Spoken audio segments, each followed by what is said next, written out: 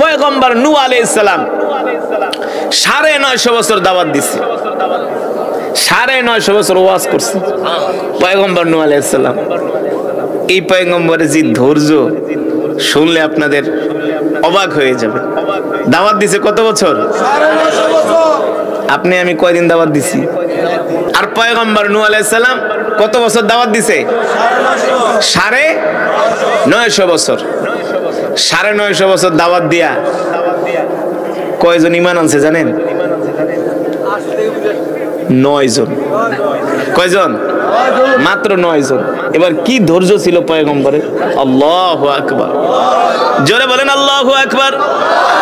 পয়গম্বর 950 বছর ওয়াজ করছে, 950 বছর বয়ান করছে, ঠিক কিনা বলেন? আমার নবী বিশ্ব নবী মক্কা থেকে যখন তায়েফে যায়, আমার নবী তায়েফের ময়দানে 15 মাস ছিলেন। কত মাস? 15 মাস দাওয়াত দিছে, একজনও কালেমা পড়ে মুসলমান হয় নাই, একজনও না। নবীর মন খারাপ হয়ে গেছে, মন খারাপ হওয়ারই কথা না। আল্লাহ নবী একদিন আবু লাহাবকে ডাক দিছে, তাআলা ইয়া আম্মি আবু লাহাব, এদিকে আসেন। চাচা আপনি কি আমাকে ভালোবাসেন? আবু লাহাব কয়, ভাতিজা তোমাকে কত ভালোবাসি তুমি জানো না? তুমি যে কোরআন পড়ো, আমি তোমার কোরআনের অনেক বড় একজন ভক্ত, তোমাকে আমি আল আমিন উপাধি দিয়েছি ভাতিজা। আল্লাহর পয়গম্বর বলে, চাচা আপনি আমাকে বিশ্বাস করেন কিনা বলেন? বলে, ভাতিজা তুমি হলা সাদিকুল আমিন, তুমি কখনো মিথ্যা বলতে পারো না, তুমি মানুষকে ধোঁকা দাও না। ভাতিজা তোমাকে ভালোবাসি, তোমাকে বিশ্বাস করি। এবার আল্লাহর পয়গম্বর বলে, চাচা আবু লাহাব যদি আপনি আমাকে ভালোবাসেন, আমি যদি আপনাকে একটা কথা বলি আপনি বিশ্বাস করবেন কিনা? আবু লাহাব বলে, ভাতিজা আমরা যতটুকুন জানি মুহাম্মদ কোনোদিন মিথ্যা বলতে পারে না। মুহাম্মদ হলো আল আমিন, মুহাম্মদ হলো আল্লাহর নবী। বলে, চাচা আমি যদি বলি এই যে পাহাড় দেখা যায়, পাহাড়ের অপর প্রান্তে একদল ডাকাত লুকিয়ে আছে, আপনারা কি আমার কথা বিশ্বাস করবেন কিনা? আবু লাহাব বলে, ভাতিজা আগেই তো বলছি মুহাম্মদ কখনো মিথ্যা বলতে পারে না। আল্লাহর পয়গম্বর বলে, চাচা আমি যদি বলি একদল ডাকাত লুকিয়ে আছে, একটু পরে ডাকাত লোকালয়ে হামলা করবে, আপনাদের গ্রামে হামলা করবে, হামলা করে আপনাদের সম্পদ ঘর বাড়িগুলো লুট করে নিয়ে যাবে, আমার কথা বিশ্বাস করবেন কিনা? আবু লাহাব বলে, ভাতিজা আগেই তো বলছি তুমি কোনোদিন মিথ্যা বলতে পারো না। এই কথা বলার পরে আল্লাহর পয়গম্বর বলে, চাচা আপনি কি আপনার কথার উপরে অটল? বলে, আমি আমার কথার উপরে অটল। এবার আল্লাহর নবী বলে, চাচা ও চাচা আপনারা মাটি দিয়া যেই মূর্তি বানান, যেই মূর্তির পূজা করেন, এই মূর্তির পূজা কোনো কাজে আসবে না, ঠিক কিনা বলেন? এক আল্লাহর প্রতি ঈমান আনেন, আর আমি আল্লাহর প্রেরিত রাসূল মুহাম্মদ সাল্লাল্লাহু আলাইহি সাল্লাম আমাকে নবী হিসাবে মেনে নেন।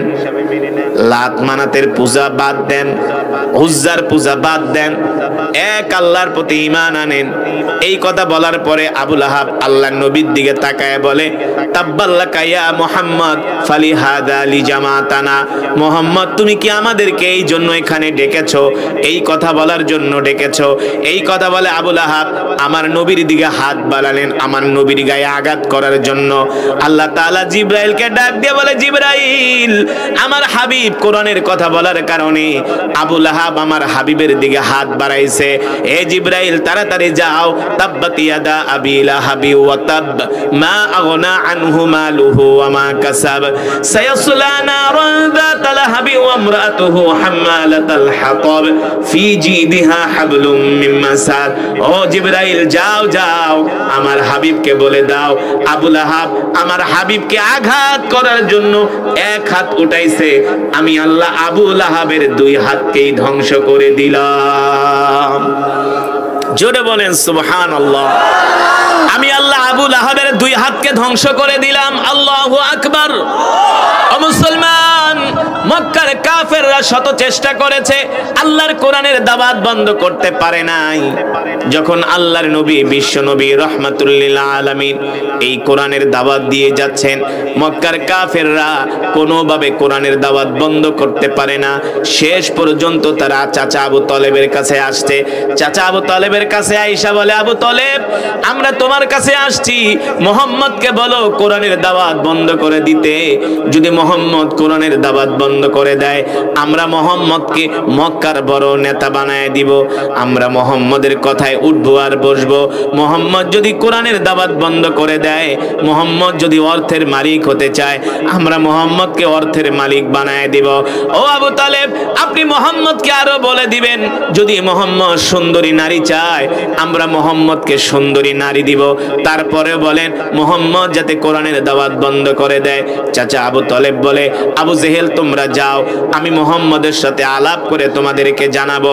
আল্লাহর নবী যখন রাত্রবেলা বাড়িতে আসলেন, চাচা আবু তালেব আল্লাহর নবীকে ডাক দিলেন, ও মুহাম্মদ তাআলাও, মুহাম্মদ এদিকে আসো, তোমার সাথে আমার কথা আছে। আল্লাহর নবী যখন আসলেন, চাচা আবু তালেব বললেন, ও মুহাম্মদ, সকালবেলা তুমি যখন ঘর থেকে বের হয়ে গেছো, বিকালবেলা মক্কার বড় বড় নেতারা আমার বাড়িতে আসছিল। আল্লাহর নবী বলে, চাচা কেন আসছে? বলে, আমার বাড়িতে আবু জেহেল আসছে, আমার বাড়িতে আবু লাহাব আসছে, আমার বাড়িতে ওলীদ ইবনে মুগিরারা আসছে। মক্কার বড় বড় নেতারা এসে বলছে তুমি যাতে কোরআনের দাওয়াত বন্ধ করে দাও। আল্লাহর নবী বলে, চাচা আমার জীবন চলে যাবে, আমি কোরআনের দাওয়াত বন্ধ করব না। আল্লাহু আকবার। আমরাও সেই বিশ্ব নবীর উম্মত, আমরাও আমাদের জীবন দিয়া, জান দিয়া, মাল দিয়া আল্লাহর কোরআনের পক্ষে আছি কি আছি না? জোরে বলেন, আছি কি আছি না? আল্লাহর জমিনে কোরআনের আইন বাস্তবায়ন করার জন্য যদি জীবন দিতে হয়, তাতেও আমরা রাজি আছি, ঠিক কিনা বলেন? রাজি নাই? মন থেকে বলছেন? আল্লাহ কবুল করুন, আল্লাহ কবুল করুন, বলি আমিন। হাশরের ময়দানে আল্লাহ তাআলা প্রত্যেকটা মানুষকে ধরবে, তুই আমার কোরআনের হক আদায় করছিলি কিনা, আমার জমিনে আমার কোরআনের আইন বাস্তবায়ন করার জন্য চেষ্টা করছস কিনা, ঠিক কিনা বলেন? আমরা, আমাদের দায়িত্ব হলো চেষ্টা করা। ফায়সালার মালিক, জোরে বলেন, ফায়সালার মালিক আল্লাহ। যদি চান এই জমিনে কোরআনের রাজ কায়েম হয়ে যাবে, ঠিক কিনা বলেন? আমরা তো সেটাই স্বপ্ন দেখি। হ্যাঁ, কেউ যদি এই স্বপ্ন না দেখে, তাহলে সে পরিপূর্ণ মুসলমান হতে পারবে না, সে মুনাফিক। কোন মুসলমানের অন্তরে যদি এই স্পৃহা, এই তামান্না, আকাঙ্ক্ষা না থাকে, যদি বাংলার জমিনে কোরআনের আইন প্রতিষ্ঠা হতো, কত ভালো হতো, কত শান্তি লাগতো। মসজিদের মিনার থেকে আজান হলে বাধ্যতামূলক সব মুসলমানকে মসজিদে নামাজ পড়তে যেতে হবে, ঠিক কিনা বলেন? সুদগুলো বন্ধ হয়ে যাবে, ঘুষগুলো বন্ধ হয়ে যাবে, চাঁদাবাজি বন্ধ হয়ে যাবে, টেন্ডারবাজি বন্ধ হয়ে যাবে। তখন আর নেতারা জনগণের চাল চুরি, কম্বল চুরি, তেল চুরি করার সাহস পাবে? কেমন হতো বলেন? কেমন হতো? কোন চোরকে যখন ধরা হবে, ওই চোরের হাত কেটে দেওয়া হবে। আর চুরি করবে? চুরি করবে? কোন চোর আর চুরি করবে না। আর এখন যারা রাষ্ট্রের ক্ষমতায় আছে, একদল আসে আর একদল যায়, শুধু জনগণেরটা খায়। এই অবস্থার পরিবর্তন হবে না যতদিন না পর্যন্ত কোরআনের শাসন কায়েম হবে। আল্লাহর নবী যখন কোরআন পড়তেন, মক্কার কাফেররা কোরআনের তেলাওয়াত শুনতেন। যখন কোরআনের আইনের কথা বলতো, তখন কিন্তু তারা চাচা আবু তালেবের বাড়িতে আসছে। মক্কার নেতারা কয়, তাড়াতাড়ি করে মুহাম্মদরে থামাও, তাড়াতাড়ি করে মুহাম্মদরে থামাও। মুহাম্মদ কোরআনের কথা বলতেছে। যদি মক্কার জমিনে কোরআন প্রতিষ্ঠা হয়ে যায়, কোরআনের আইন প্রতিষ্ঠা হয়ে যায়, তাহলে মক্কার জমিনে আমাদের আর কোনো নেতাগিরি চলবে না, ঠিক কিনা বলেন? এই কারণে বাংলাদেশেও কিছু মানুষ আছে যারা আলেমদেরকে সহ্য করতে পারে না। তারা চায় না বাংলাদেশে কোরআনের শাসন প্রতিষ্ঠা হোক, ঠিক কিনা বলেন? আমরা কোরআনের শাসনের পক্ষে কথা বলতে বলতে যদি আমরা শহীদ হয়ে যাই, আমরা জান্নাতে চলে যাব। আর গাজী হইলেও হাসতে হাসতে জান্নাতে যাব। আর আর তোমরা যদি কোরআনের বিরোধিতা করো, আল্লাহর জমিনে আল্লাহর কোরআনের আইন প্রতিষ্ঠা হোক, বাস্তবায়ন হোক, এর বিরোধিতা যদি করো, তোমাদের জাহান্নাম ছাড়া কোনো উপায় নাই। রাগ করতেছেন? কথাগুলো অনেক কঠিন হয়ে যাচ্ছে, কিন্তু এটাই বাস্তব, এটাই সত্য। এই মিয়া কয়েকশো বছর কোরআনের শুধু ওয়াজ শুনবেন, ওয়াজ শুনেই গেলেন। যদি বাংলার জমিনে এই ওয়াজের বাস্তবায়ন করা না যায়, তাহলে এই ওয়াজ শুনে কোনো লাভ নাই। ঠিক কিনা? লাভ আছে? যদি বলেন হুজুর আমরা কিভাবে পারবো, বাংলার জমিনে কোরআনের আইন কিভাবে আমরা প্রতিষ্ঠা করব, আল্লাহর কোরআনের আইন কিভাবে আমরা বাস্তবায়ন করব, সাহাবীরা যেমন করে পারছে আমাদেরও সেমন করে পারতে হবে। ঠিক কিনা বলেন? সাহাবীরা জেল জুলুম নির্যাতন সহ্য করেছে, এই কোরআনের জন্য জীবন দিছে। স্ত্রীকে বিধবা করছে, সন্তানদেরকে এতিম করছে।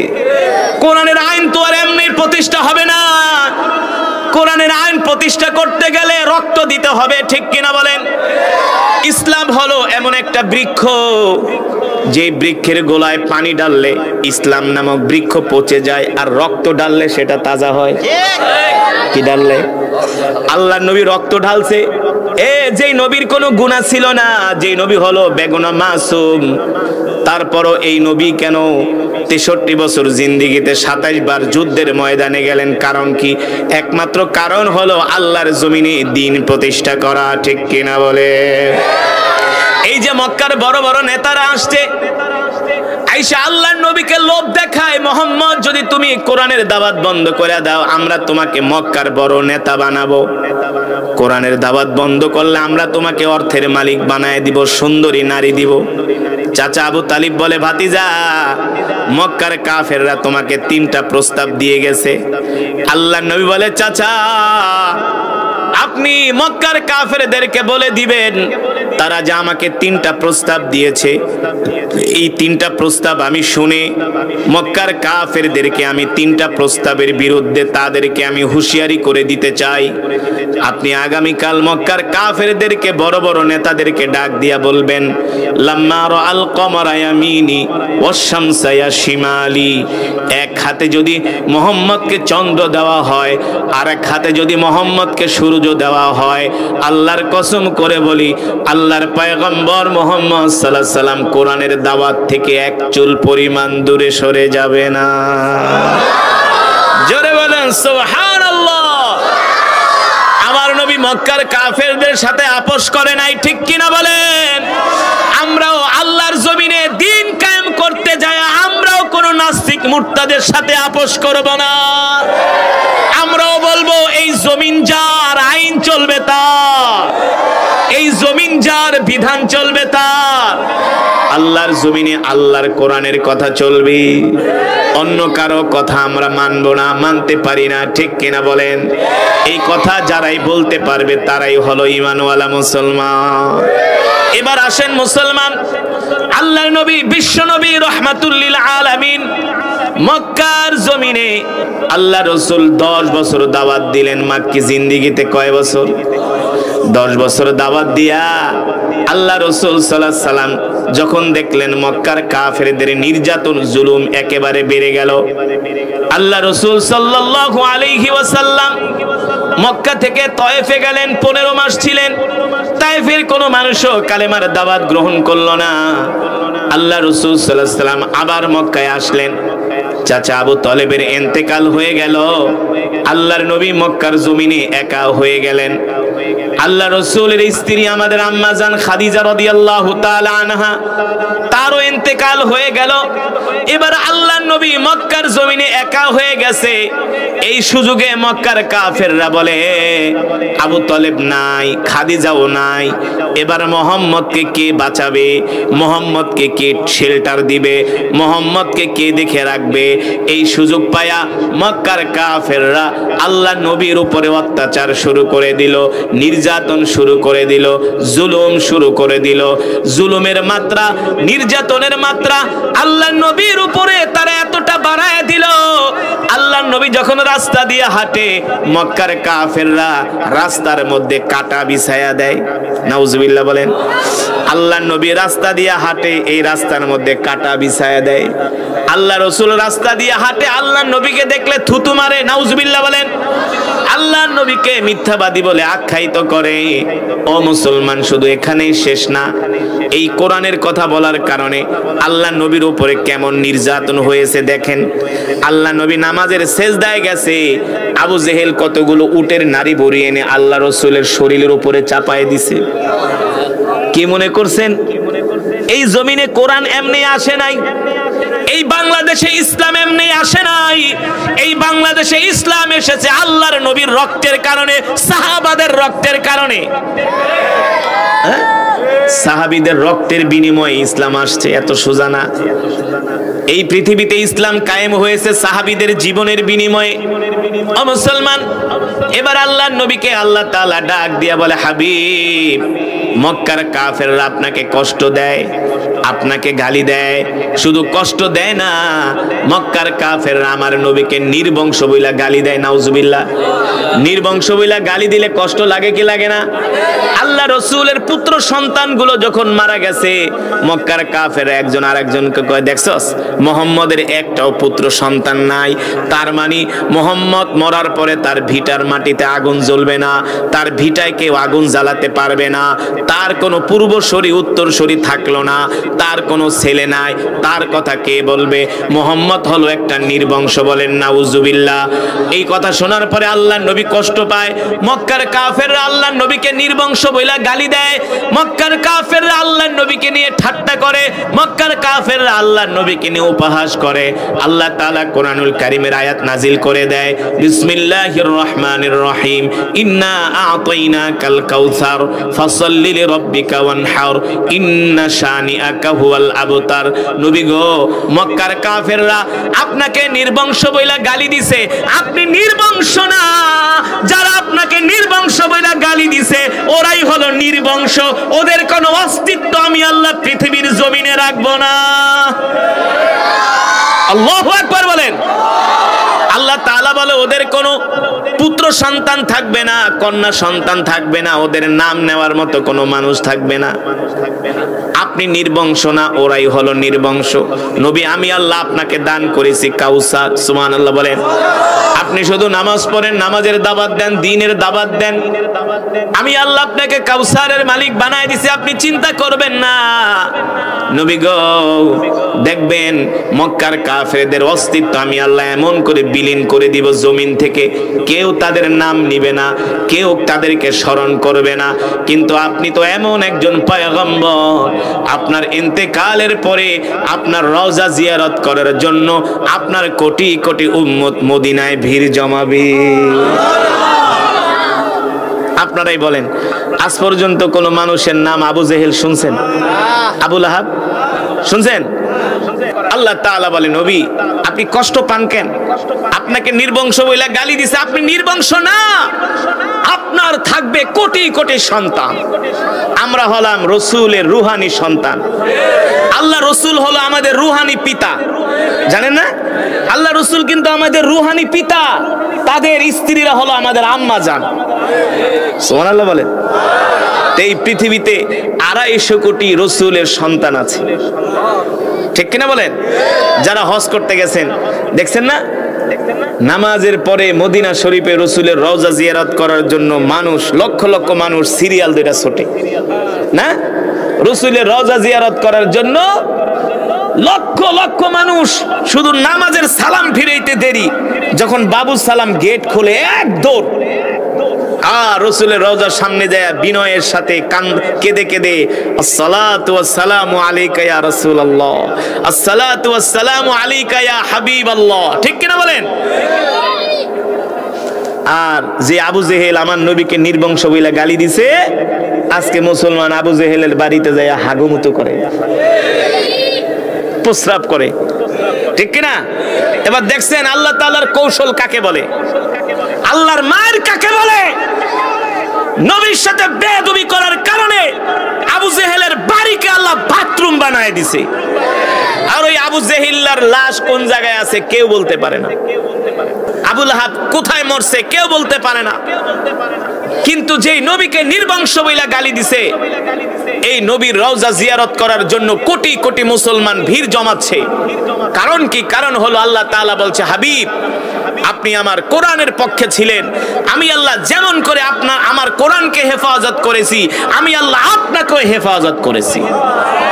ঠিক কিনা বলেন? এবার আল্লাহ নবী বিশ্ব নবী রাহমাতুল লিল আলামিন মক্কার জমিনে আল্লাহ নবীর উপরে এমন অত্যাচার নির্যাতন শুরু হলো, জুলুম শুরু হলো। আল্লাহ নবী রাস্তায় বের হতে পারে না। মক্কার কাফেররা আল্লাহ নবীর উপরে নির্যাতন করে, জুলুম করে। এবার আল্লাহ তাআলা ডাক দিয়ে বলে, হাবিব আপনি আর মক্কায় থাকবেন না, এবার মক্কা থেকে মদিনায় যান। আপনি এবার মক্কা থেকে হিজরত করে মদিনায় যান। ও মুসলমান, ভালো করে খেয়াল করেন, এবার আল্লাহ নবী একমাত্র কোরআনের জন্য, দ্বীনের জন্য নিজের মাতৃভূমি ত্যাগ করতেছেন, নিজের বাপ দাদার ভিটা ছাড়তেছেন আল্লাহর জমিনে দ্বীন কায়েমের জন্য। মক্কার কাফেররা এমন কোন নির্যাতন নাই আল্লাহ রাসূলের উপরে করে নাই। আল্লাহ নবীকে খাবার দেয় নাই, পানি দেয় নাই, আল্লাহ নবীকে অবরুদ্ধ করে রেখেছে। কত কষ্ট দিয়েছে মক্কার কাফেররা। শুধু তারা বলছিল, মুহাম্মদ কোরআনের দাওয়াত বন্ধ করে দাও, আমরা তোমাকে নেতা বানায় দিব।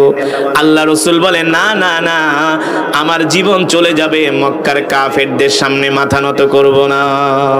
ঠিক কিনা বলেন? এবার আল্লাহ তাআলা বললেন, হাবিব আপনি মক্কা থেকে মদিনায় যান। আল্লাহ রাসূল আল্লাহ তাআলার নির্দেশ পেয়ে সাইয়েদনা আবু বকরকে সহ এবার মক্কা থেকে মদিনার দিকে হিজরত করা শুরু করে দিলেন।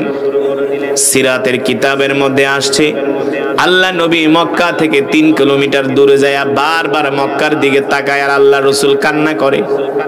আল্লাহ রাসূলের মক্কা ছেড়ে যেতে মন চায় না, বারবার মক্কার দিকে তাকায়, বাইতুল্লাহর দিকে তাকায়। আল্লাহ নবী বলে, মক্কা রে, বাইতুল্লাহ রে, তোমাকে ছেড়ে আমার যেতে মন চায় না, কিন্তু আমি কি করব?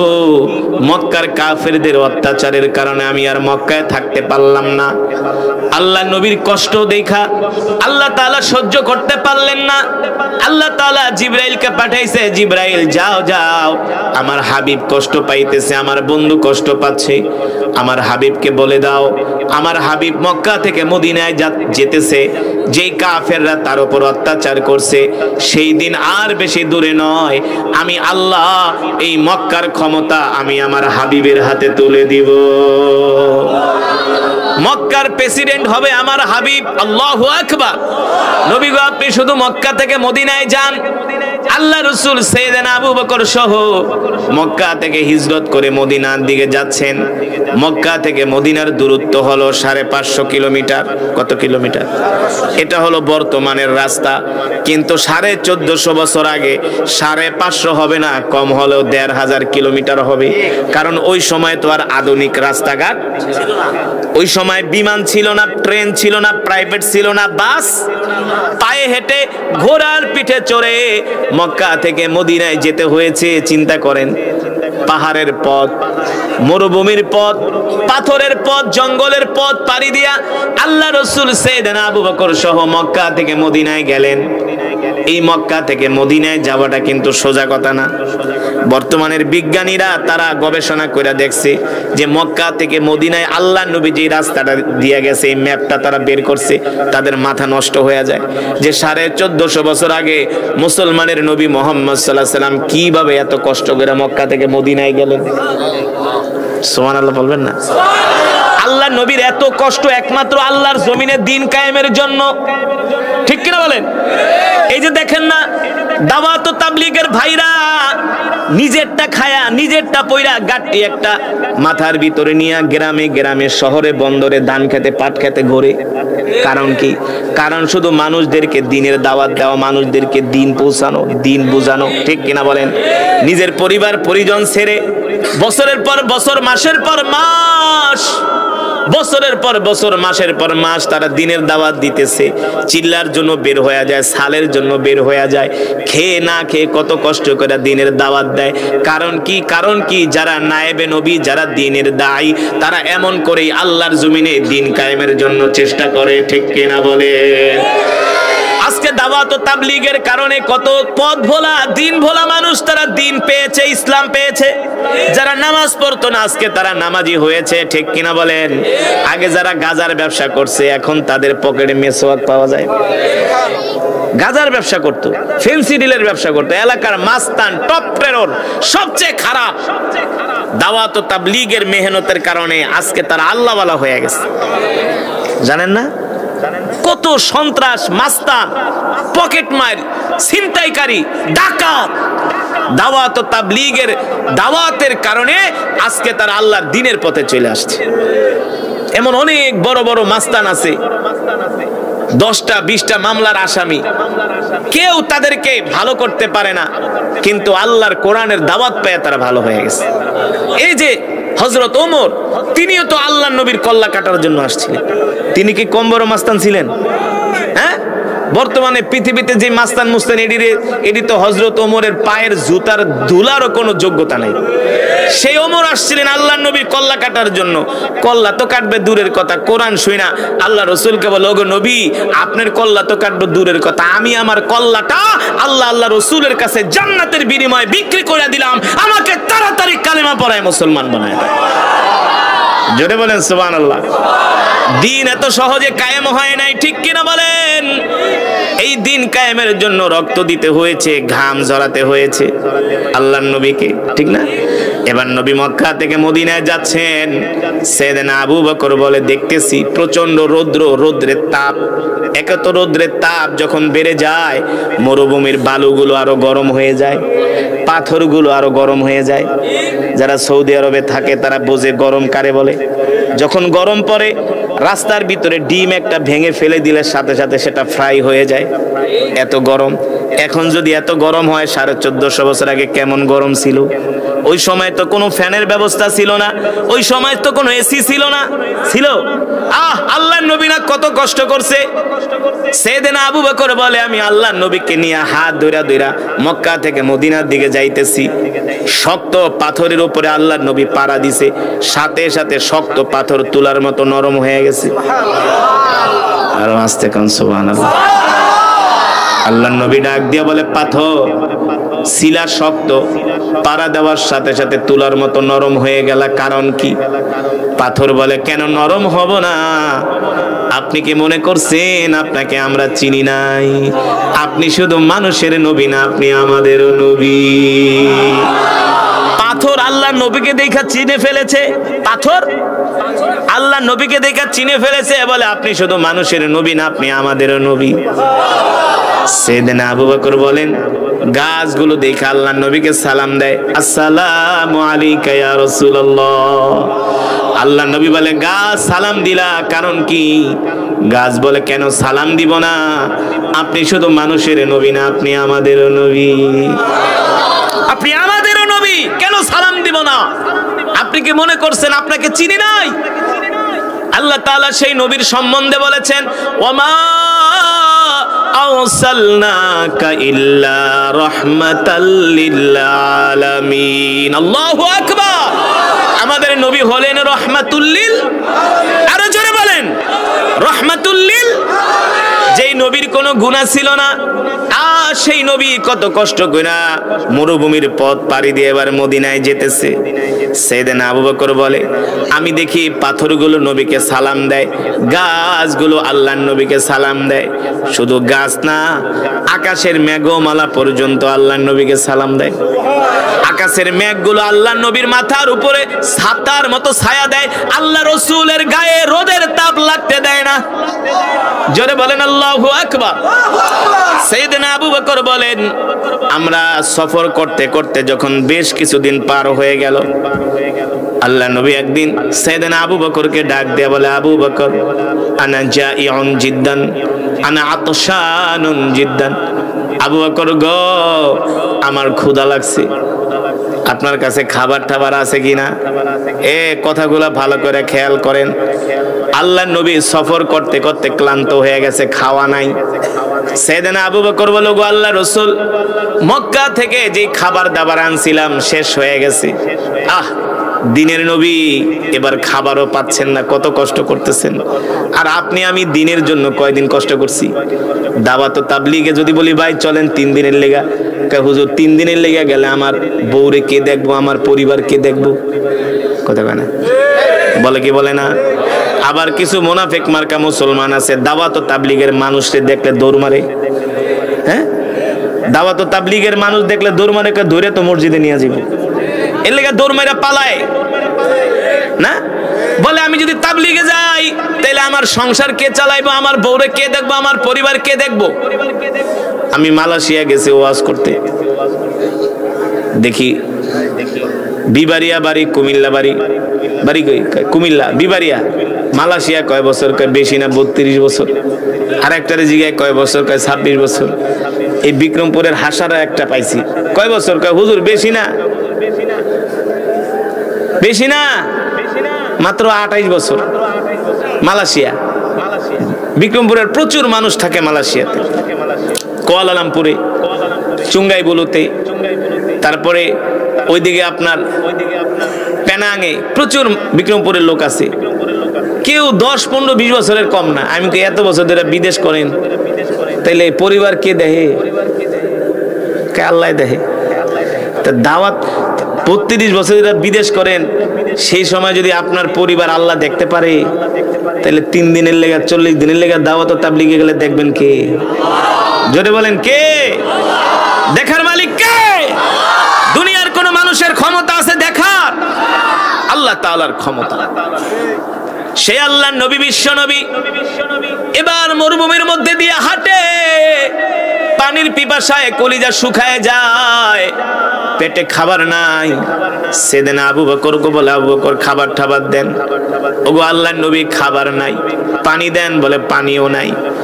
আল্লাহ রাসূল বলে, আবু বকর খাবারও নাই, পানিও নাই, বলে যা নিয়ে আসছিলাম মক্কা থেকে সব শেষ হয়ে গেছে। আল্লাহ নবী ডাক দিয়ে বলে, আবু বকর দেখেন তো মরুভূমির মধ্যে কোনো ঘর বাড়ি দেখা যায় কিনা, কি দেখা যায় কিনা, মরুভূমির মধ্যে কোনো ঘর বাড়ি দেখা যায় কিনা। সেদিন আবু বকর বলে, এই বিশাল মরুভূমি, শত শত কিলোমিটার মরুভূমি, যেখানে কোনো জীবজন্তু পাওয়া যায় না, ঘর বাড়ি আসবে কোত্থেকে? নিশ্চয় আল্লাহ নবীর জবান দিয়া যেহেতু কথা বের হয়েছে ঘর বাড়ি আছে কিনা, নিশ্চয়ই কোনো কারণ আছে, ঠিক কিনা? আল্লাহ নবীর জবান দিয়া কোনো কথা বের হতে দেরি, কবুল হইতে দেরি নাই।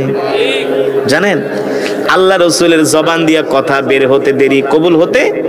আল্লাহ নবী যদি কোনো কথা বলতে চান, দোয়া করতে চান, আল্লাহ রসুলের জবান মুবারক দিয়া বের হইতে দেরি, আসমানের মালিক সেটা কবুল করতে দেরি নাই।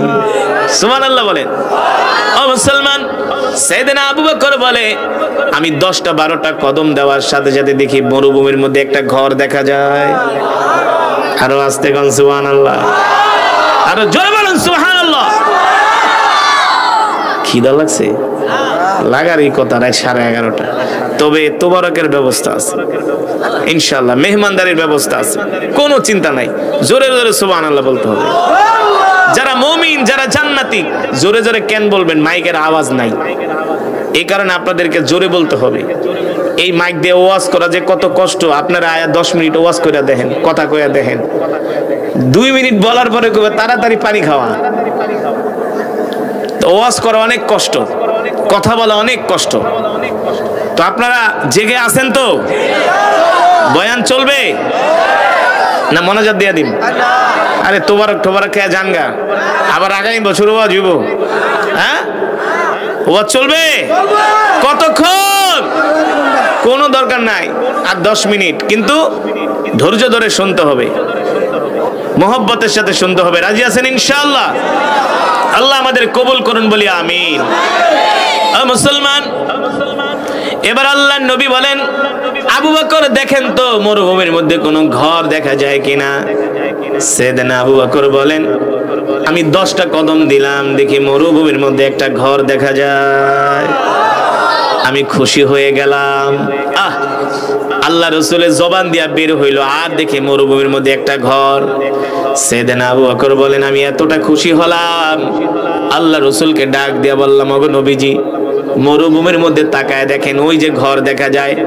আল্লাহ নবী বলে, আবু বকর চলেন চলেন, আমরা ওই বাড়িতে যাই মেহমানদারি গ্রহণ করব, ওই বাড়িতে যে আমরা মেহমান হব, ওদের থেকে আমরা খাবার দাবার চাইব, কিছুক্ষণ বিশ্রাম নিয়ে আবার আমরা মদিনার দিকে যাত্রা শুরু করব। সাইয়েদনা আবু বকর রাদিয়াল্লাহু তাআলা আনহু বলেন, আল্লাহর নবী বিশ্ব নবী রাহমাতুল লিল আলামিনকে সাথে নিয়ে আমি ওই বাড়ির সামনে গেলাম। আমরা বাড়ির সামনে যেতেই দেখি ভাঙ্গা একটা কুঠুরি, ভাঙ্গা একটা ঘর, ভিতর থেকে দরজা লাগানো। দেখলেই বোঝা যায় এই বাড়ির মানুষের অবস্থা তেমন বেশি, অর্থনৈতিক অবস্থা ভালো না। আল্লাহ রাসূল বলে, আবু বকর যান যান, ঘরের দরজায় নক করেন। সাইয়েদনা আবু বকর ঘরের দরজার সামনে যেয়ে বলে, ইফতাহিল বাব, ঘরের দরজা খোলো। একবার দুইবার তিনবার পরে বলার পরে ঘরের দরজা খোলে না। চতুর্থবারে বললেন, কে গো তোমরা কোত্থেকে আসছো? কে গো তোমরা কোত্থেকে আসছো? মিনাইনা জিতা। সাইয়েদনা আবু বকর বলে, জিনা মিনাল মক্কা ইলাল মদিনা, আমরা মক্কা থেকে দুইজন মানুষ আসছি, মদিনায় যাব। কোথায় যাব? আমরা মক্কা থেকে দুইজন মানুষ আসছি, মদিনায় যাব। এবার ওই ঘর থেকে আওয়াজ আসছে, কেন আসছো আমার বাড়িতে? বলে, আমরা দুইজন মুসাফির, দুইজন মানুষ তোমার বাড়িতে আসছি, রৌদ্রের অনেক তাপ, তোমার বাড়িতে আমরা কিছুক্ষণ অবস্থান করে আবার সূর্যের আলো কমলে, রোদ কমলে আমরা আবার মদিনার দিকে রওনা শুরু করব। তবে শোনো, আমরা দুইজন মুসাফির, আমরা দুইজন পথিক, যদি তোমার ঘরে কোনো খাবার থাকে আমাদেরকে একটু খাবার দাও। বলে, নাহনু ফাকিরুন জিদ্দান, আমরা গরিব মানুষ, খাবার কোত্থেকে পাবো? আমাদের ঘরের অবস্থা দেখেই তো বুঝো আমাদের কি অবস্থা। সাইয়েদনা আবু বকর বলে, যদি খাবার না থাকে তোমাদের ঘরে পানি থাকলে একটু পানি দাও। বলে, পানিও নাই, খাবারও নাই। আল্লাহ রাসূল বলে, আবু বকর ওদের ঘরে খাবারও নাই, পানিও নাই। বলে, আল্লাহ নবী খাবারও নাই, পানিও নাই। সাইয়েদনা আবু বকরের মন খারাপ হয়ে গেল। আল্লাহ নবী বলে, আবু বকর চিন্তা করবেন না, পেরেশান হবেন না, আমাদেরকে সাহায্য করবেন। জোরে বলেন আল্লাহু আকবার। এবার আল্লাহর নবী তাকায় দেখেন, যেই বাড়িতে আসছেন ওই বাড়ির ঘরের সামনে একটা বকরি বাঁধা। কি বাঁধা? বকরি বাঁধা। মাশাআল্লাহ, কি বাঁধা? বকরি বাঁধা। আল্লাহর নবী বলে, আবু বকর ঘরের যিনি মালিক তার নাম জিজ্ঞেস করো। সেদিন আবু বকর নাম জিজ্ঞেস করলেন, বলল, আমার নাম হলো উম্মে মাবাদ, আমার স্বামীর নাম হলো আবু মাবাদ। আমার স্বামী বকরি চরানোর জন্য মাঠে গেছে, সন্ধ্যার সময় আসবে, আর ওই বকরি থেকে আমরা দুধ দোয়া, আমরা সেই দুধ পান করি আর খেজুর খাই, আর কিছু জব টপ যদি পাই আমরা খাই, এছাড়া আমাদের কাছে কোনো খাবার নাই। আল্লাহ নবী বলে, আবু বকর আমরা দেখতেছি উম্মে মাবাদের ঘরের সামনে একটা বকরি বাঁধা আছে, আপনি উম্মে মাবাদ থেকে অনুমতি নেন। যদি উম্মে মাবাদ আমাদেরকে অনুমতি দেয়, তাদের বকরি থেকে আমরা দুধ দোয়া দুইজনে পান করব। এবার সাইয়েদনা আবু বকর বলে, উম্মে মাবাদ তোমার ঘরের সামনে একটা বকরি বাঁধা আছে, তুমি যদি অনুমতি দাও এই বকরি থেকে আমরা দুধ দোয়া দুইজনে পান করব। ঘরের মহিলা বলে, পথিক হয়তোবা তোমরা জানো না, আমাদের ঘরের সামনে যে বকরি বাঁধা এটা হলো একটা অসুস্থ বকরি, দুধ দেয় না, বাচ্চাও দেয় না, প্রতিবন্ধী, হাঁটতে পারে না, চলতে পারে না। এই কথা শোনার পরে আল্লাহর নবী রাহমাতুল লিল আলামিন মুস্কি হাসি দিয়া বলে, আবু বকর আপনি শুধু বকরি থেকে দুধ দোয়ানোর অনুমতি আনেন, অসুস্থ বকরি থেকে দুধ দোয়ানোর দায়িত্ব আমার। আল্লাহ রাসূল বলে, আপনি শুধু অনুমতি আনেন, দুধ দোয়ানোর দায়িত্ব আমার। সাইয়েদনা আবু বকর বলেন, বোন উম্মে মাবাদ তুমি শুধু অনুমতি দাও, এই বকরি থেকে দুধ দোয়ানোর দায়িত্ব আমাদের। মহিলা মানুষকে দুধ দেয় না। সাইয়েদনা আবু বকর নাসর বান্দা। আল্লাহ নবী বলে, আপনি শুধু অনুমতি আনেন, দুধ কেমনে দোয়াই তো এটা আমি দেখাই দেব, কারণ তিনি তো রহমাতুল লিল, তিনি তো বরকতের নবী, তিনি তো রহমতের নবী। ঠিক কিনা বলেন? আল্লাহর নবী কেমন রহমত, কেমন বরকত, সাহাবীরা যুদ্ধের ময়দানে গেলেন, বদরের প্রান্তরে, যেখানে মুসলমানরা তাবু গাড়লেন। প্রথম কাফেররা যেখানে তাবু গাড়লেন সেখানে একটা পানির কূপ পাওয়া গিয়েছে। ওই পানির কূপের পানি হলো মিষ্টি পানি। কিন্তু মুসলমানরা যেখানে তাবু গেড়েছেন সেখানে একটা পানির কূপ পাওয়া গেল বদরের প্রান্তরে। ওই পানির কূপের পানি হলো লবণাক্ত পানি। সাহাবীরা আয়েশা বললেন, নবীজি, যুদ্ধ করার জন্য তো পানির প্রয়োজন না? পানি লাগে কি লাগে না? যুদ্ধ করার জন্য পানি প্রয়োজন। তবে আমাদের তাবুর কাছে যেই কূপ পেয়েছি, এই কূপের পানি হলো লবণাক্ত। আল্লাহ নবী বলে, আমাকে নিয়ে চলো। সাহাবীরা আল্লাহ রাসূলকে নিয়ে কূপের কাছে গেলেন। আল্লাহ নবী তার মুখ থেকে এক ফোঁটা লালা ওই পানির মধ্যে ফালানোর সাথে সাথে কূপের পানি মিষ্টি হয়ে গেছে। ওই কূপ এখনো বদরের প্রান্তরে নাই? যদি কেউ উমরা করতে যান, ওই বদরে যাবেন, এখন ওই কূপ আছে, কিয়ামত পর্যন্ত থাকবে। রাসূল সাল্লাল্লাহু আলাইহি সাল্লামের থুতু মোবারকের বরকতে লবণাক্ত পানি মিষ্টি হয়ে গেছে, কিয়ামত পর্যন্ত থাকবে। কারণ তিনি হলেন বরকত, তিনি হলেন বরকতের নবী। ঠিক কিনা বলেন? এবার আল্লাহর নবী বলে, আবু বকর, আপনি শুধু অনুমতি আনেন। সাইয়েদনা আবু বকর বলে, উম্মে মাবাদ, তুমি শুধু অনুমতি দাও, মহিলা মানুষকে দুধ দেয় না, নাসরবান্দা অসুস্থ বকরি। আল্লাহর নবী বলে, শুধু অনুমতি আনেন। সাইয়েদনা আবু বকর একবার, দুইবার, তিনবার বলার পরে মহিলা মানুষ রাখে, ঠিক আছে যান। কথা বললে বিশ্বাস করেন না, অসুস্থ বকরি দুধ দেয় না, পারলে দুধ দোয়ায় খান, যান, আফসোস নাই। আল্লাহর নবী বলে, আবু বকর, দুধ যে দোয়াবো, রাখবো কোথায়? পাত্র লাগবে না? পাত্র ছাড়া দুধ রাখা যাবে? আবু বকর একটা পাত্র আনেন। মহিলা মানুষ এমনিতে একটু মন ছোট একটা পাত্র দিছে। আল্লাহর নবী কয়, এত ছোট পাত্রে বড় পাত্র লাগবে। মহিলা আরো রাগ করছে, কে অসুস্থ বকরি দুধ দেয় না, আবার কয় বড় পাত্র। বুঝেন নাই? কে এত কথা কয়? কে আসছে আমার বাড়িতে দেখি তো। কৌতূহল জাগে কি জাগে না? কে আসছে আমার বাড়িতে? এতবার বলি শোনে না। উম্মে মাবাদ বলে, আমি আমার ঘরের দরজাটা একটু ফাঁকা কইরা বাইরের দিকে তাকাইলাম, দেখি আমার বাড়ির উঠানে এমন একজন যুবক দাঁড়ায় রইছে, যে যুবকের চেহারা চাঁদের চেয়েও সুন্দর। যেই যুবকের চেহারা চাঁদের চেয়েও সুন্দর। আমি যুবক মুহাম্মদ সাল্লাল্লাহু আলাইহি সাল্লামের চেহারার দিকে তাকায় রইছি, আর নজর ফিরাইতে পারি না। এত সুন্দর যুবক আমার বাড়িতে আসছে, তার মতো এত সুন্দর মানুষ আমি আজ পর্যন্ত কোনোদিন দেখি নাই। এবার উম্মে মাবাদ বলে, এ পথিক শোনো, আমার বকরির দুধ না পারলে বকরি জবাই করে খায়া ফেলাও, কোনো আফসোস নাই।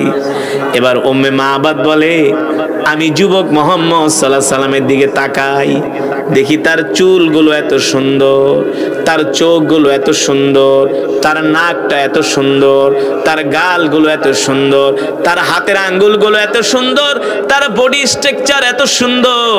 এত সুন্দর মানুষ আমি আজ পর্যন্ত কোনোদিন দেখি নাই। দেখবে কোত্থেকে? আমার নবীর মতো এত সুন্দর করে আল্লাহ পৃথিবীতে কোনো মানুষ, কোনো নবীকেও সৃষ্টি করে নাই।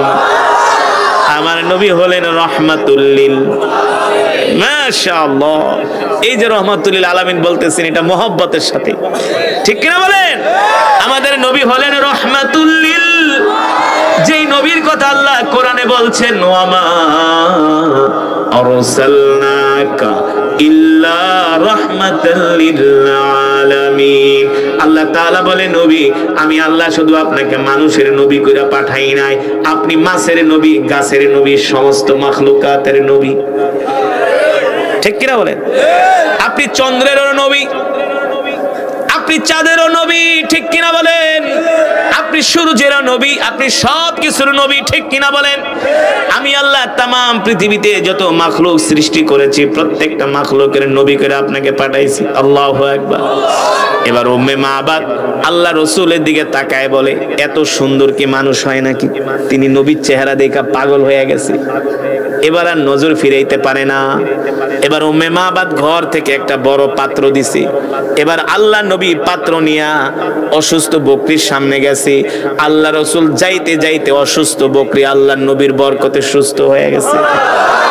এবার অসুস্থ বকরি সুস্থ হইয়া আল্লাহ নবীকে সালাম দেয়, আসসালামু আলাইকা ইয়া রাসূলুল্লাহ। আল্লাহ রাসূল ডাক দিয়া বলে, বকরি সালাম দিলা কারণ কি? কারণ কি? বকরি বলে, কেন সালাম দিব না? আপনি শুধু মানুষের নবী না, আপনি আমারও নবী। আমি আপনাকে চিনে ফেলেছি, আপনি আমারও নবী। আল্লাহ নবী বলে, কেমনে চিনলা? কে আমি ছিলাম অসুস্থ, আপনাকে দেখে আমি সাথে সাথে সুস্থ হয়ে গেছি। আর আপনি যে নবী কোনো সন্দেহ নাই, আপনার চোখের ইশারা পড়ার সাথে সাথে আল্লাহ আমাকে সুস্থ বানায় দিছে। এবার বকরি বলে, নবী গো, আপনার সাথে আমার কিছু কথা আছে, যদি অনুমতি দেন। আল্লাহ নবীকে আয়, কারণ এই বকরিটাও তো নবীর উম্মত, বুঝলেন নাই? এবার বকরিকে ডাক দিছে আল্লাহ রসুল। বকরি দৌড়ে আইসা আল্লাহ রসুলের কোলে উঠছে। এবার বকরি তার মুখটা আল্লাহ রসুলের কান মোবারকে লাগাইয়া বকরি কান্না করে, চোখ দিয়া পানি পড়ে, আর বলে, নবী গো, আমি এতদিন অসুস্থ ছিলাম, আমার মালিক আমাকে ঠিক মতো খাওয়া দাওয়া দেয় না, আমাকে মাঠে নিয়ে যায় না, আমাকে আদর করে না, আমি দুধ দিতে পারি না, সন্তান দিতে পারি না, এই কারণে আমাকে ভালোবাসে না। নবী গো, আপনাকে দেখার পরে আল্লাহ আমাকে সুস্থ বানায় দিছে। আল্লাহ নবী বলে, বকরি, তুমি যতদিন বাঁচবা জীবনে আর কোনোদিন অসুস্থ হবা না। উম্মে মাবাদ বলে, আমি তাকায় তাকায় দেখি বকরি মুহাম্মদের সাথে কথা বলতেছে। আমি দৃশ্য দেখে পাগল হয়ে গেলাম। উম্মে মাবাদ বলে, শুধু এখানেই শেষ না, যুবক মোহাম্মদ যখন আমার বাড়িতে ঢুকছে, তার শরীরের ঘ্রাণে আমার বাড়ি পুরো সুবাসিত হয়ে গেছে। আমার বাড়িতে এখন শুধু আমি জান্নাতের খুশবুর ঘ্রাণ পাই। আল্লাহু আকবার।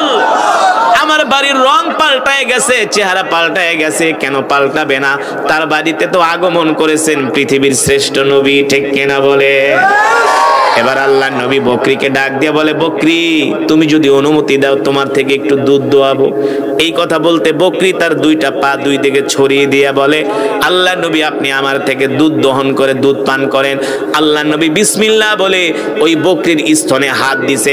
হাত দেওয়ার সাথে সাথে দুধে স্তন ভরপুর হয়ে গেছে।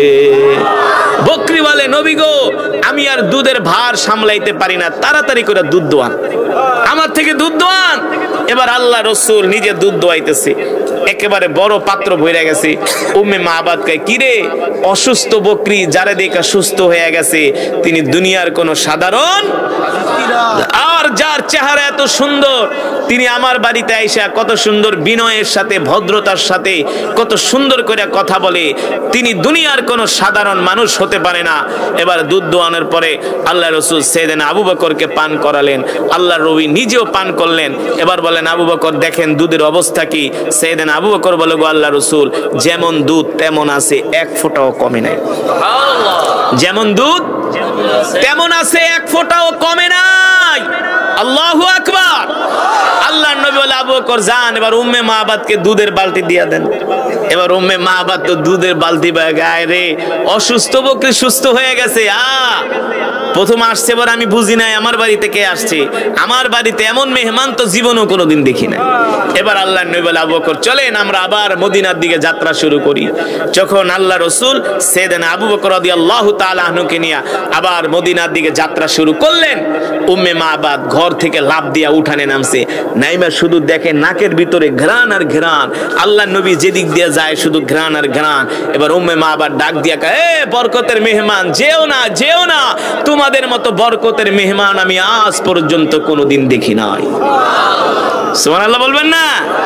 এই নবী হলেন রাহমাতুল লিল আলামিন, আপনার আমার কলিজার টুকরা বিশ্ব নবী, যিনি আল্লাহর জমিনে দ্বীন কায়েমের জন্য নিজের মা বাবা আত্মীয় স্বজনের নিজের মাতৃভূমি ছেড়েছেন, নিজের জীবন দিয়েছেন, রক্ত দিয়েছেন, উহুদের ময়দানে দান দান মোবারক শহীদ করেছেন আল্লাহর জমিনে দ্বীন কায়েমের জন্য, কোরআনের আইন বাস্তবায়ন করার জন্য। আমরাও সেই বিশ্ব নবীর উম্মত, আমরাও আল্লাহর জমিনে দ্বীন কায়েমের জন্য আমরাও আমাদের জান মাল করব কোরবানি করতে রাজি আছি, ঠিক কিনা বলেন? কিন্তু জানমাল যে কোরবানি করবেন আগে তো নিজেদেরকে কোরআন শিখতে হবে। আমরা তো কোরআনই পড়তে পারি না, ঠিক কিনা বলেন? তাহলে আজকের মাহফিল থেকে আমরা ওয়াদা করব, যারা কোরআন পড়তে পারি না আমরা কোরআন শিখব। রাজি আছেন? রাজি আছেন? আমাদের সন্তানদেরকে কোরআন শিখাবো। কে কে সন্তানদেরকে কোরআন শিখাবেন? হাত উঠান। কে কে কোরআন শিখবেন? হাত উঠান। হাত উঠান, হাত সোজা করেন। মিয়া কোরআন পড়তে পারেন না, ফেরেশতার মায়ের একটু মাটিতে পড়বো না। কোরআন শিখবেন তো ইনশাআল্লাহ? হাত সোজা করেন, সোজা করেন, ডাক দেন ইয়া আল্লাহ, আমাদের কবুল করে নেন, কোরআন শিক্ষা করার তৌফিক দেন, 5 ওয়াক্ত নামাজ পড়ার তৌফিক দেন। হাত নামান। কোরআন শিখবেন, 5 ওয়াক্ত নামাজ পড়বেন, আল্লাহ তাআলা আমাদেরকে কবুল করুন। মা বোনেরা আপনারাও শুনতেছেন, আপনাদেরকেও বিনয়ের সাথে বলবো, আপনারা যারা কোরআন পড়তে পারেন না, সামনে কোরআনের মাস রমাদান মাস আসতেছে, কোরআন শিখবেন, ঠিক কিনা বলেন? নিজেও কোরআন শিখবেন, সন্তানদেরকেও কোরআন শিখাবেন, আমাদের রাষ্ট্র হবে। আল্লাহ রাব্বুল আলামিন বিশ্ব নবীর উপরে কোরআন নাজিল করলেন। ও মুসলমান, কোরআন নাজিল করার উদ্দেশ্য কি আমাদের জানার দরকার আছে, কে আছে না? আল্লাহ তাআলা বিশ্ব নবীর উপরে কোরআন নাজিল করছেন, আর আল্লাহ তাআলা বলে দিয়েছেন ইন্না আনজালনা ইলাইকা যিকরা লিতুবাইয়িনা লিন-নাস। নবী গো, আমি আল্লাহ আপনার উপর যেই কোরআন নাজিল করছি, এই কোরআন দিয়ে আপনি মানুষদেরকে দাওয়াত দেন। আর মানুষদেরকে দাওয়াত দিলে কি হবে? মানুষদের উপকার হবে, ঠিক কিনা বলেন? এই যে কোরআন আমি পড়লাম, এই কোরআন শুধু খতম পড়ার জন্য নাজিল হয় নাই। এ বিক্রমপুরের যুবকেরা, মুন্সিগঞ্জের যুবকেরা, এ ধর্মপ্রাণ মুসলমানরা ভালো করে শুনে রাখেন, এই কোরআন শুধু বয়ান করার জন্যই নাজিল হয় নাই, এই কোরআন শুধু খতম পড়ার জন্য নাজিল হয় নাই, এই কোরআন শুধু জার ফুক দেওয়ার জন্য নাজিল হয় নাই। হ্যাঁ, এই কোরআন পড়া শুধু পানিতে ফু দিয়া বলবে খান, এই কারণেই শুধু কোরআন নাজিল হয় নাই। শুধু খতমে তারাবি পড়ার জন্য কোরআন নাজিল হয় নাই। তাহলে আমাকে প্রশ্ন করেন, হুজুর কোরআন কি কারণে নাজিল হয়েছে? আল্লাহ কেন কোরআন দিয়েছে বিশ্ব নবীকে? হ্যাঁ, এই কোরআন দিয়া খতমও পড়বে, এই কোরআন দিয়া দোয়া করবে, এই কোরআন দিয়া ওয়াজ করবে, এই কোরআন দিয়া খতমে তারাবিও পড়বে। কিন্তু শুধু কোরআন নাজিল করার উদ্দেশ্য শুধু খতম পড়া না, জার ফুক দেওয়া না। বাপ মরে যাবে, 40 দিন পরে 40 জন ইমাম দাওয়াত দিয়া 10টা গরু জবাই করায় জনমের মতো এলাকার মানুষকে খিচুড়ি খাওয়াবে, এই কারণে কোরআন নাজিল হয় নাই, ঠিক কিনা বলেন? তাহলে প্রশ্ন আসে না, হুজুর তাইলে কোরআন কেন নাজিল হয়েছে বইলা যান? আসে না? প্রশ্ন আসে না? এতদিন তো এই প্রশ্ন, এই কথাগুলা নিয়ে কোনো সময় আলোচনাও করেন নাই। মনে করছেন বছরে একদিন ওয়াজ মাহফিল করামু, বাংলাদেশের নাম করা বক্তা আনবো, ওয়াজ করাবো, কোরআনের হক আদায় হয়ে গেছে, এটা মনে করেন? আল্লাহ রাসূলের হাদিস, আল কুরআন হুজ্জাতুল লাকা ওয়া আলাইকা, আল কুরআন হুজ্জাতুল লাকা ওয়া আলাইকা। আল্লাহ রাসূল বলেন আমাদের প্রতি কোরআনের হক আছে, আপনার প্রতি কোরআনের হক আছে, সকলের প্রতি কোরআনের হক আছে। প্রত্যেকটা মুসলমানের উপরে কোরআনের হক, বোঝেন তো? অধিকার কি আছে? অধিকার আছে, হক আছে।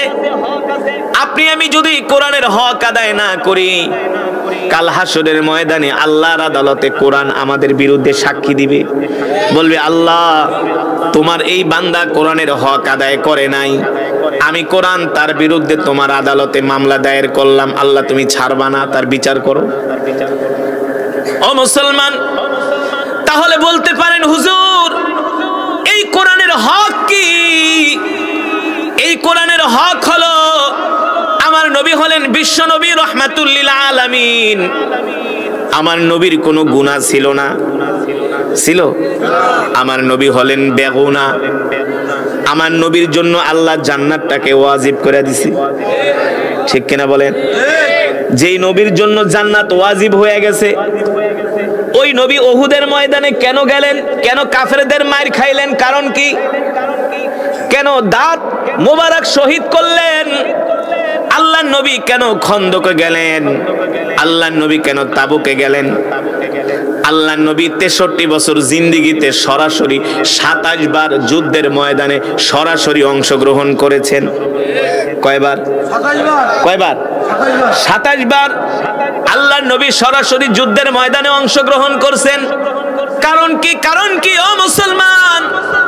কারণ হলো আল্লাহ তাআলা নবীকে কোরআন দিয়ে মক্কার জমিনে পাঠাইছে, আর আল্লাহ তাআলা বলতেছেন আলা লাহুল খালকু ওয়াল আমর তাবারাকাল্লাহু রাব্বুল আলামিন। আল্লাহু আকবার। নবী আপনি যেই কোরআন পড়েন, মক্কার কাফেররা এই কোরআন পছন্দ করে না, তারা কোরআনের দাওয়াত গ্রহণ করে না, আপনাকে নবী হিসাবে মানে না। নবী গো, তারা কোরআনকে সইতে পারে না, তারা কোরআনের আইন পছন্দ করে না, কোরআনের বিধান পছন্দ করে না। অথচ আলা লাহুল খালকু ওয়াল আমর, এই পৃথিবী সৃষ্টি করেছি আমি আল্লাহ। কে? আল্লাহ। এই পৃথিবী সৃষ্টি করেছেন কে? আল্লাহ তাআলা বলে নবী গো, এই পৃথিবী সৃষ্টি করেছি আমি আল্লাহ, জমিন সৃষ্টি করেছি আমি আল্লাহ, চন্দ্র সূর্য গ্রহ নক্ষত্র সৃষ্টি করেছি আমি আল্লাহ, অক্সিজেনের মালিক আমি আল্লাহ, রিজিকের মালিক আমি আল্লাহ, হায়াতের মালিক আমি আল্লাহ। অথচ মক্কার কাফেররা আমার কোরআনকে তারা পছন্দ করে না, আমার কোরআনের দাওয়াত সহ্য করতে পারে না, আমার বিধানকে তারা সহ্য করতে পারে না। নবী গো, আপনি মক্কার কাফেরদেরকে বলে দেন আলা লাহুল খালকু ওয়াল আমর তাবারাকাল্লাহু রাব্বুল আলামিন। এ মক্কার কাফেররা শুনে রাখো, আমি আল্লাহর পয়গম্বর মুহাম্মদ সাল্লাল্লাহু আলাইহি সাল্লাম, আমি আল্লাহর নবী, আল্লাহর প্রেরিত রাসূল। আল্লাহ আমাকে কোরআন দিয়ে মক্কার জমিনে পাঠাইছে। তোমরা যতই কোরআনের বিরোধিতা করো কোনো লাভ নাই। আমি ঘোষণা করতেছি, আজকে থেকে আসমান যার আইন চলবে তার, জমিন যার বিধান চলবে তার। ঠিক কিনা বলেন? আল্লাহর জমিনে আল্লাহর কোরআনের আইন চলবে। হ্যাঁ, সংসদ চলবে কোরআন দিয়া। কথা বল। মন্ত্রণালয় চলবে কোরআন দিয়া।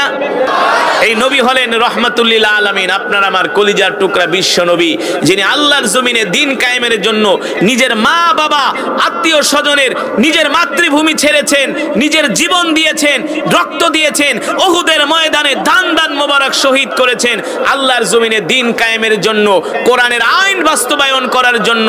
আমরাও সেই বিশ্ব নবীর উম্মত, আমরাও আল্লাহর জমিনে দ্বীন কায়েমের জন্য আমরাও আমাদের জান মাল কোরবানি করতে রাজি আছি। ঠিক কিনা বলেন?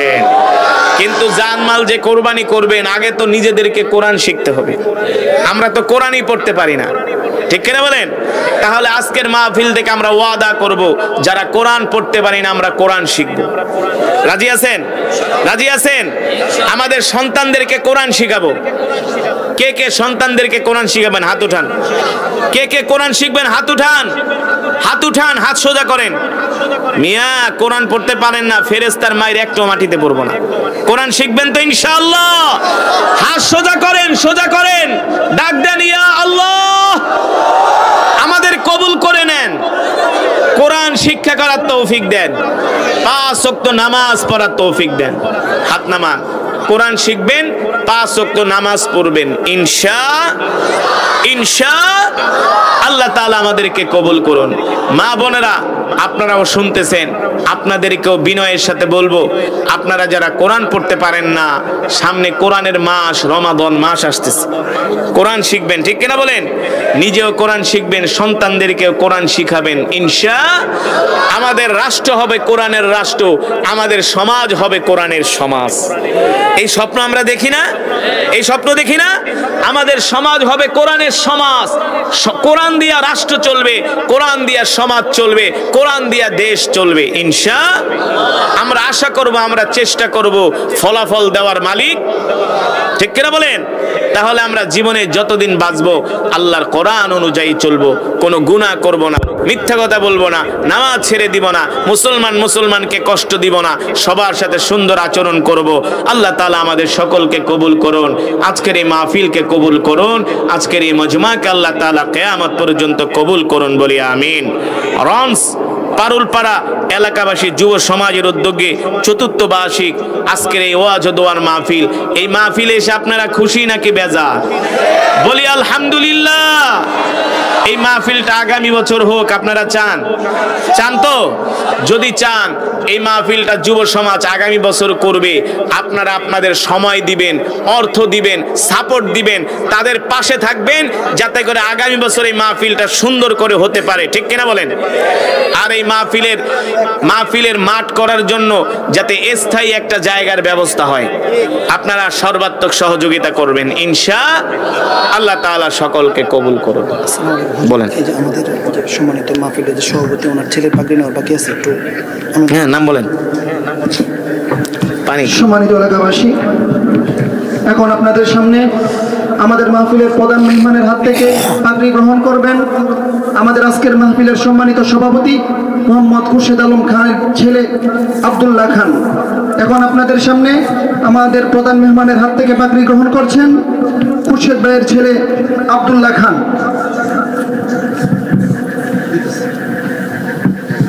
আমরা দোয়া করি আমাদের মহল্লার 3 জন হাফেজের জন্য, পাশাপাশি আমরা দোয়া করব আমাদের সন্তানদের জন্য।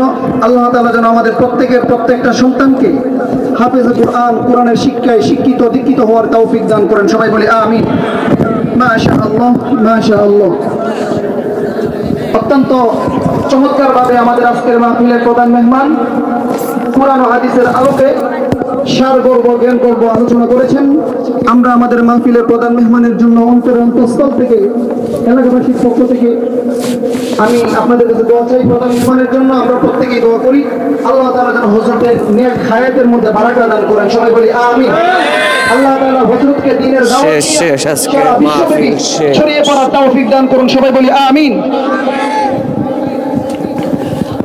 হ্যালো ভাইরা, আপনারা শুনেন, আপনারা সবাই নামাজের শুরুতে লম্বা করে দাঁড়ান, সবাই দাঁড়ান, দয়া করে।